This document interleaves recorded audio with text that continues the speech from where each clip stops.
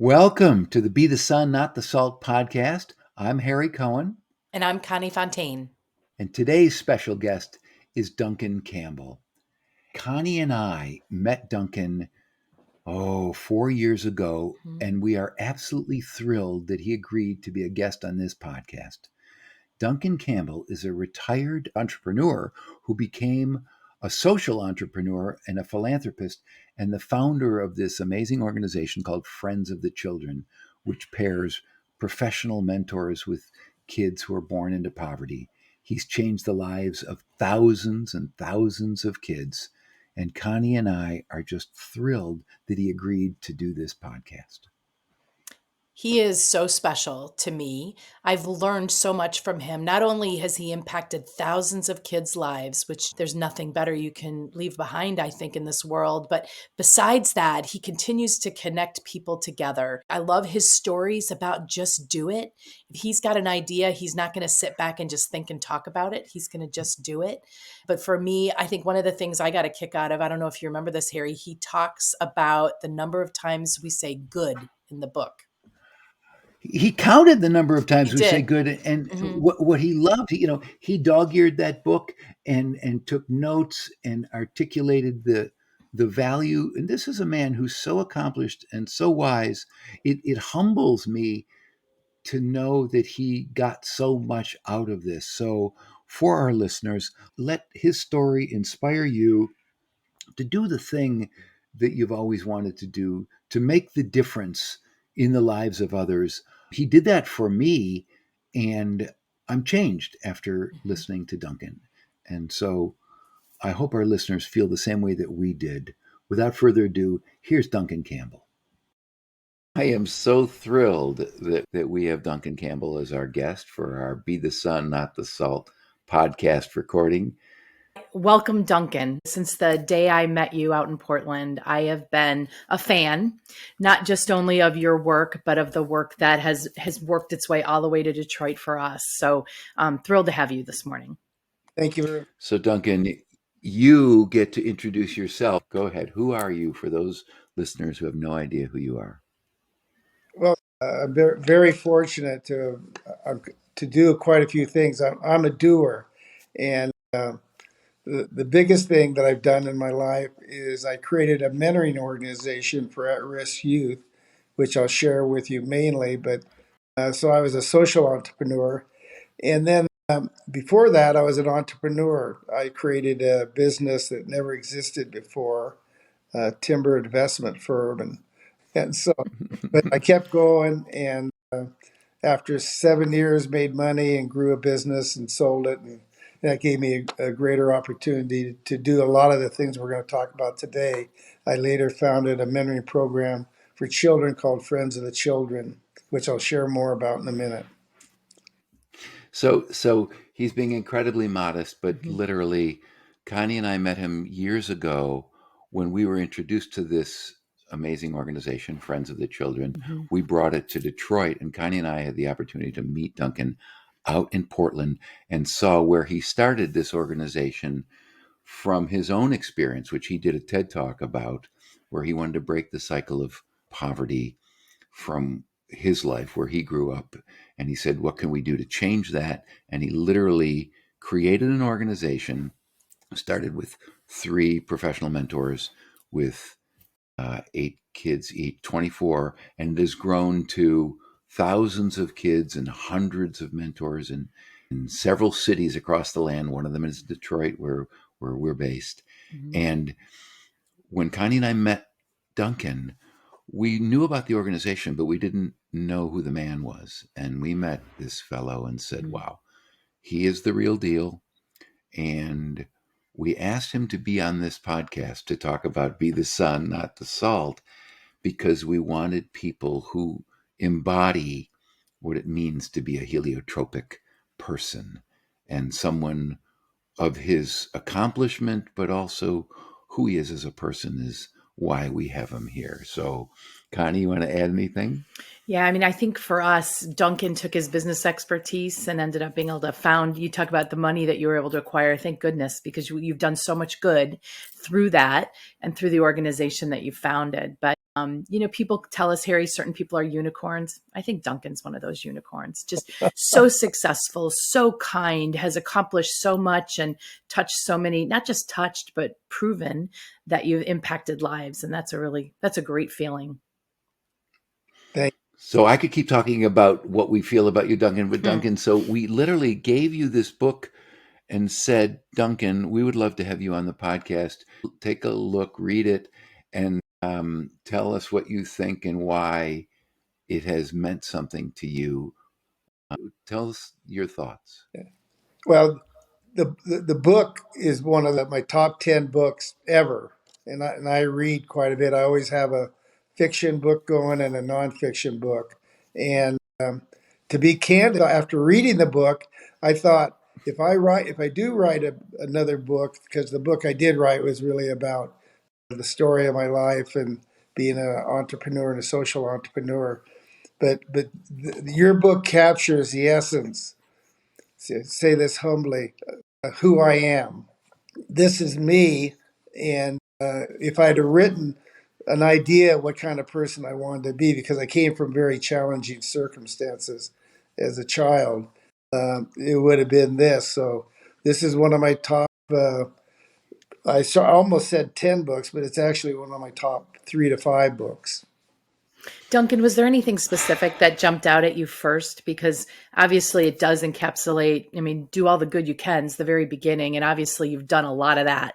Is there anything else that stood out to you in the book? Well, probably the number one thing is it's consistent throughout the book. But as I mentioned briefly earlier, I'm a doer. People talk about wanting to do this, they have an idea, whatever. Once I decide on something, I don't always succeed at everything, but once I decide, I do it. And if you probably ask me, any of my friends or professional colleagues, they say, "Oh God, he's a great guy," but he's a doer. Hmm. I love what you're saying, man, because it's the doing that makes the difference in this whole thing. It's not about talking, it's not about knowing. In fact, as you know, there's 31 page chapters. Knowing isn't doing is one of the chapters. It's the doing that is the point of this. And you have embodied that. I aspire to be like you in that way, to do something, to make a difference. You started the organization, Duncan. You started it nationally. We brought it to Detroit. And I feel like, to your point, I did something. So thank you, man. Thank you. We're now in almost 30 cities, and we got a waiting list of another half a dozen. And we try to be real discerning about where we go. Duncan, were you a And doer interesting. from, oh, I'm sorry, Harry. I was going to ask, did that doing thing, did it start at a really young age for you? I think so. You don't think consciously that way, but it's interesting. Even when I was young, I did a lot of reflections, thoughts. I'd make lists, Hmm. I'd set goals, but then I'd follow up on them. But I read a lot of books. One of the luckiest things of my life, I was like 8 or 9 years, and I happened to walk through the neighborhood, walked into a library, and gosh, it had all these books, but over the children's section, they had 2 sections. One was sports and the other was mysteries. First, I read every one of the sports books, and then, It's then later natural. I read every one of the mystery books. I never really read any good books probably until I got into uh, early high school. I think somebody gave me a Ayn Rand book, said you had to read this, and Mhm. so that was the first relatively intellectual and knowledgeable book I ever read. It's good to get that over Well, in high you took school. it. Yeah. Totally, but you took it and you ran with it. You did some good, and I'm hoping that the listeners of this podcast, well, they are inspired and nudged, like I want to be, by our guests' life experiences, that they can still learn and do more good between now and when we're done. And I'm not done, and you're not done, and the fact that you say, well, I took it and I loved it and I wrote notes in it and I dug it. To me, that's the learner mind that we want our listeners to have. Like, Mhm. man, I I want to pick it up, learn from it, and do it. What did Go you ahead, do show from us. it? I'm going to show Shit, you. This is I almost all books I read, other than certain fiction, I underline, make yeah. notes, so then I can go back and think and reflect on things. So What did you if reflect on? anyone's just listening, I just want to say, Harry, that the book is full of not only post-its and writing and scribbles. And what's funny is I always say this short little book, you don't need a highlighter, but you've proven me wrong, Duncan. Yeah, thank you. I rate things, but I'll look for kind of the greatest hits here in a second. Love that. Well, this doesn't have to do so much with being an entrepreneur and achieving, but be good company and keep good company. That's got a lot of stars and number one. Um, I mean, literally, almost every one of the major points you make. I mean, the reason the book means so much to me is now I don't have to write my book like this, and so just keep. I take it and from the spirit in which you're giving it to, because I didn't want to write another book. I wanted to say it all so I could, be done. And this is my collection of what I've learned is the most important stuff. And to hear it from you, I'm humbled and honored and inspired to be good company and hang out with good company. You're that, Think, you know. We could title the podcast "Hanging Out with Good Company." Did you flag that one because it's hard, that you have to work hard at only hanging out with good company, or did you do it because it's something you do all the time and you relish that? well, it's one of the things you need to do. People would think I'm an optimist generally, but I'm a hardcore realist. First off, I look at Hmm. reality, look it in the face, Yeah. acknowledge it, and then decide what I'm going to do given that reality. And then if it's a negative one, can I change it? And if so, how? Hmm. I actually do I think that's useful for everybody. Hmm. Because the reminder is we can change it. We can change who we're hanging around with. almost always, not always, Hmm. but almost Not always. always. You're right.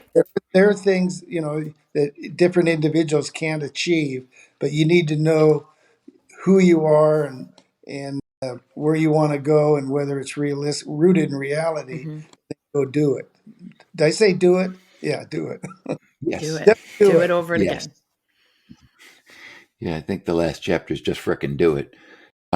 You who built this organization, first you built your business, sold your business, and then you built this amazing nonprofit. And this book represents some of your life wisdoms. Share another one, if you wouldn't mind, of, something you'd like our listeners to go, oh, that's another top 10 greatest hits, Um, something useful. I think one thing, I've never done it intentionally, but I love the one it says, light someone up. Mm-hmm. I really value, well, and my friends tend to be similar, they're adventuresome, we'll do a variety of things. I do a number of things alone, but I've got a best friend and I got best friends. And I've been in a small group of the same four men. We meet every Friday morning for the last 40 years. I love that. Now, when you lit me up the first Wow. time you met me, and to me, you're very naturally heliotropic. You have a warmth to you, but it's not just that natural warmth, but you engaged. You looked me right in the eye. You smiled. You had a question about me first, and I think those are the things that make you very natural at that, at lighting people up. Thank you.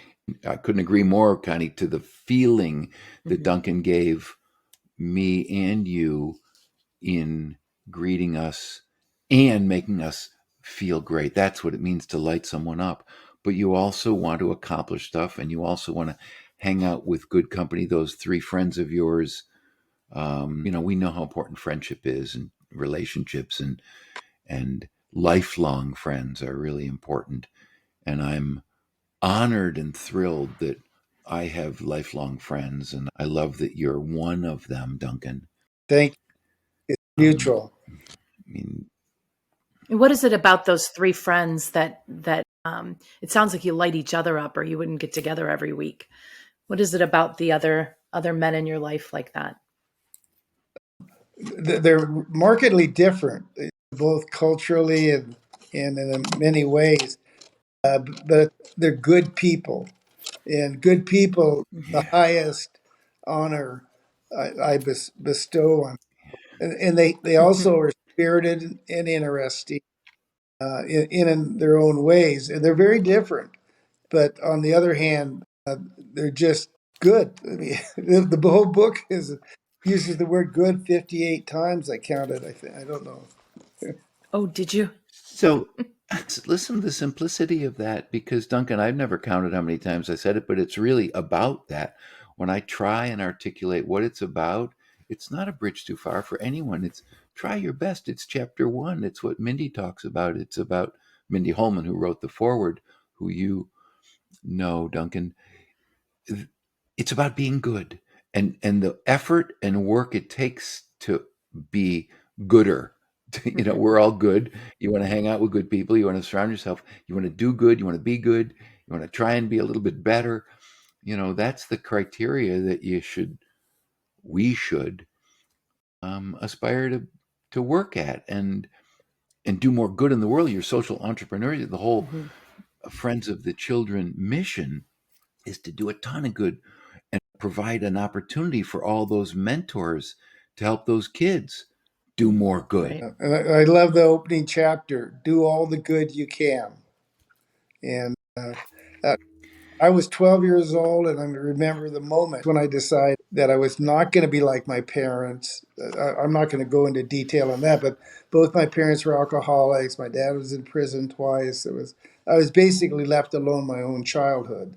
And the whole point of Friends is I didn't want a child to have my childhood, but that stayed with me. Obviously, 30 years later, and that created Friends of the Children. I just rewatched your TED talk about that. And what I love about that chapter one, do all the good you can in all the ways you can, as long as ever you can, is that people can do it in different ways. You found a way to do it on a big level with Friends of the Children. But Well, I and you know love what? what When he was talking about that, you know what always sticks with me, Duncan? The line, no matter what. So Right. it isn't just being there for people, but it's the no matter what for a child who may or may never have felt that way before. And I think those words signify that it's almost like the ante to what you did feel as a child. Thank you. and it's the small ways. I mean, no matter what. Hmm. And for us, you don't have to start Friends of the Children. You can do good to your neighbor, to your spouse, to your own kid, to a perfect stranger. That's good too.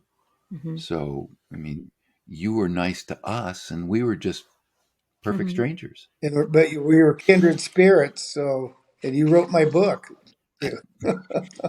It's Yeah, we forgot about that. I, I How did you learn to be so good, Duncan? Uh, that's a good one. well, it's interesting. I'm, if I reflect on it, I would say that I intentionally, I made a decision. I can see myself in my basement. I'm 12 years old, and I make a decision. I'm not going to be like my parents. And I wasn't going to be like a lot of my friends' parents either, but a couple of them had really great parents. And of course, I hung out at their house all the time. Yeah. So, in answer to Connie's question, how'd you learn to be so good? Some of us learn it from our parents. You didn't have good enough parents to learn it from, but you learned it from your friends' parents. And obviously, other people said, this is the way to be. And man, oh man, you're lucky. We're lucky. You learned it. Thank you. I'd love for the rest of the people who are listening to get that somehow, some way. If they didn't have good parents, find some good mentors, role models, and people to learn from. I think that by doing good, the good comes back to us. Like why should we do the good that we do? One reason is the good comes back to us. Do you think it does? Or, why do good? Why be good? Oh, well, two reasons. Number one is it's self-fulfilling. Being good helps you feel good. And yet I do it also to others because, coming from circumstances, I'm sensitive to people that are in challenging situations. And haven't Yeah. mentioned it, but I worked at the juvenile court for almost 10 years in detention, which was probably the worst Oh, place for me to be.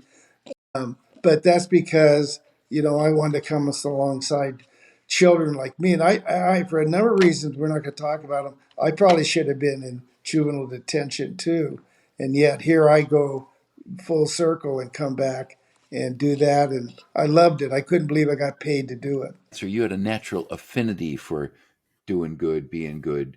You got the reward of doing so. For people who are listening who think, I'm a good person, I do plenty of good. What more is there? You know, let's help nudge our listeners. You know, what would be a takeaway, a nudge, uh, a challenge that you were moved by from reading this book? Well, the number one is, if you come to that broad conclusion, pick at least one thing specifically to do, whether it's for yourself, for your family, for your community, and then go out and do it. And if it's going to take Mm. a week, 3 months, a year, do it, because that'll help give purpose and motivation to you to do something. And you're going to love it. Pick something, even though it can be challenging. Pick something you genuinely want to do, not just something somebody imposed on you. And it can just be very fulfilling. And there's no feeling better than that, other than love. Love's a lot more important. yeah. Even if you might get some back, you might So influence I other couldn't agree with people. you more. Yeah. Well, one of the things I think it's really important that for us, Harry and I talk about this all the time, we have to practice. So, as good as we Yeah. are naturally and as good as we strive to be every day, there's all those moments that happen. Have you ever done something where you've actually noticed a ripple effect? So you've lit somebody up, or you've acted in a way that some people might not have, and you notice the difference around you? In individual people or in organizations? I think in anything that comes to mind. Yeah. Well, given, that I was the founder and leader of a business and a nonprofit, while I look for talented and competent people, I think I did Mhm. serve as a role model for them aspirationally to then enhance and grow their behaviors. I can think, for example, of a young guy that came to work for me in business and then, just grew him. He had the raw talent and, but I'm a big encourager of people and drawing out their strengths and encouraging them to go with that. And then, we unfortunately all have some friends who just dwell too long on the negative, and at some point they Yep. need to, just in a healthy way, let it go, move on with their life. All those challenges are Mhm. real; they're never to be denied, but you can't wallow in them. So I've watched this organization grow since the time I joined it. It was 25 years old when I joined it, and it's grown by leaps and bounds. And the Mhm. kids that we've helped, and the size and scope and budgets, and watched you sit in prideful, in a Mhm. good prideful way, and say, "Look what we created here." Advice to people who are playing the long game, because you couldn't have imagined. I mean, how this has grown, but give a little advice to those of us who are we've got some time left. The long game is the game that you have played. I think that when an idea comes across your mind, or you have an inclination, you think you want to do something, just decide, okay, now I'm going to do it. And the way I do it, but everybody's a little different. I take out an 11 by 18 piece of paper and I make these columns and everything. But you got to write down where you're at, what you need to do, and what your goals are. And just do it and start at the very beginning. Nice. You can set a time frame for discipline if you want, but if you don't do that and probably even put it in writing, uh, you won't hold yourself accountable, and then you'll just be off. Focus is another one of my big focus, focus, focus is one of the 10 commandments. And once you Hmm. get started, and then to steal your line, but do it. I think there's a tennis shoe company or something that has something like that. Just do it. That's why frickin's in there. Just So frickin' do it. I like totally. that. Um, but but in the work that you have done, you come across people who are obstacles, people who are negative, people who Yeah. say you can't, you shouldn't, and all the rest. Advice for dealing with those people. Once again, What have you found successful? staying rooted in reality.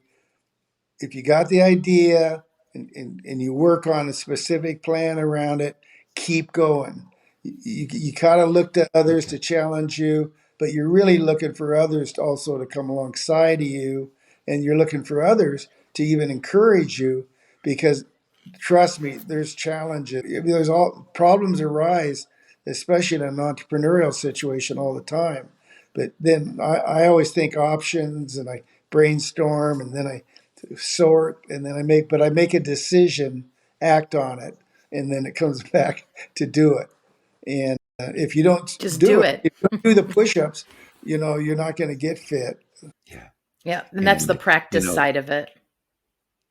it is for me as well. And when I see you at your age and advanced experience, and I watch how well you take care of yourself and your organization and what you've built, I want to do that. I want to do exactly what you have done. I want to follow your lead. I want to keep doing more of the good that we've already started. This podcast and this book and this movement is an attempt to spread these simple ideas to more people, Duncan. And the same points you're making, I want to do that for more people. Harry, can I, So, I can I ask Duncan a question because yeah, this gets to the of course. simplicity side of it. There's so many examples every day. Have you had a recent experience, Duncan, with somebody, whether it's at a restaurant or anywhere else in your life that was rude, or you saw some sort of negativity and you chose to do something about it, or how did you handle a situation where somebody was rude to you? Well, normally I just take the high road, but I deal with the Okay. reality of it. I mean, I'll Ta say da. that was, I mean, I just don't ignore it. And yet I'll move away. I know this is hard to believe, but I was quite a fighter when I was younger. I mean, I hated bullies Mm-hmm. and I'd get in fights in a positive way. I'd never start a fight. I'd have no interest, but but you just got to be and think ahead to the extent you can. It's Do you have a doing. good bully story for us, Duncan? They're all kind of minor because what I also probably had to some extent is a gift of sliding out. Um, I've been when I Mm-hmm. was young. Mm-hmm. I'd been in a couple of fights, but my main deal was to just move on away from it. Try to think. Uh, there's clearly people that are bigger and stronger than you, and you're sure not going to fight them. But even guys that were my own size, and what 10 to 11, 12-year-old gets in fights, but that wasn't Hmm. uncommon where I grew up. And on the other hand, there was nothing good in it. So, your decision to walk away, your decision to take the high road, Right. your decision to keep perspective, all really useful, you know, guidelines for you to live this very well lived life. I'm hoping that the listeners who are listening to this don't feel like you're such a unicorn. We do. But let me ask you, Duncan, and I know you have done this both in your professional investment years running a large organization and in the nonprofit that you created and run. Could you speak a little bit about holding people accountable in a kind and respectful heliotropic way? Because I know you have. I've seen you do it. Could you speak about that some? Yeah. Important part of life for me is generally being loving, kind, generous. But on the other hand, you got to be rooted in reality. And all of us have challenges or very difficult circumstances or work with difficult people. And at the right time, in the right way, you need to address it directly and squarely. Otherwise, you're going to carry it around, and then it's just going to impact on your well-being.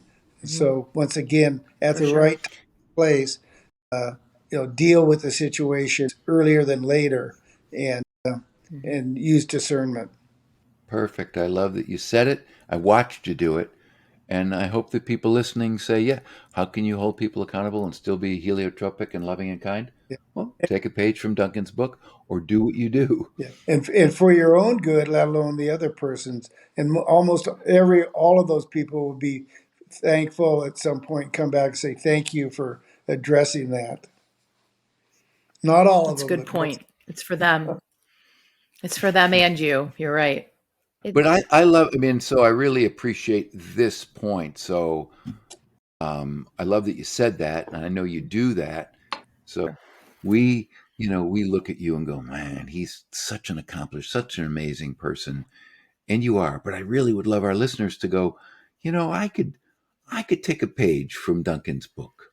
You know what I mean? I could do some good in some small way. I could walk away. I could stand up to a bully. I could keep good company. Take the That's high what I'm road. hopeful that Yeah. people take the high road. Hmm. So, I would love that.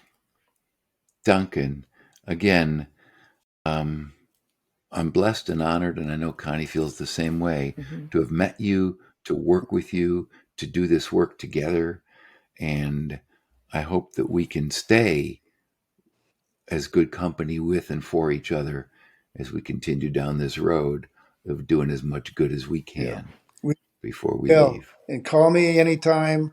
And if you want to go sailing in the Bahamas, I'll be We can Dude, talk more about the that was book. an offer. there. That was an offer that I'm going to take you up on Oh no, because no, I've never done it. I don't know how to And sail. Only my friends do. I thought you might have. That's an even better invite. now that we made that, now we made that clear. Great. I'm going to invite myself on as long as I get my own berth and it's a nice Yeah, place. I'm yeah. good. Thank you so much, Duncan, This was a and pleasure. True pleasure. an absolute pleasure. Thanks, Harry. Thanks, everybody. Great to see you. Thanks, Duncan. Fare thee well. Thanks. Bye bye. At Be the Sun, Not the Salt, our mission is to spread this message and make the world a better place. In our podcast, we hope to share stories that nudge each one of us to be our best self. If you heard something today that nudged you, we'd love to hear from you. Please email us at stories@bethesunnotthesalt.com. And who knows, we may feature you on an upcoming episode.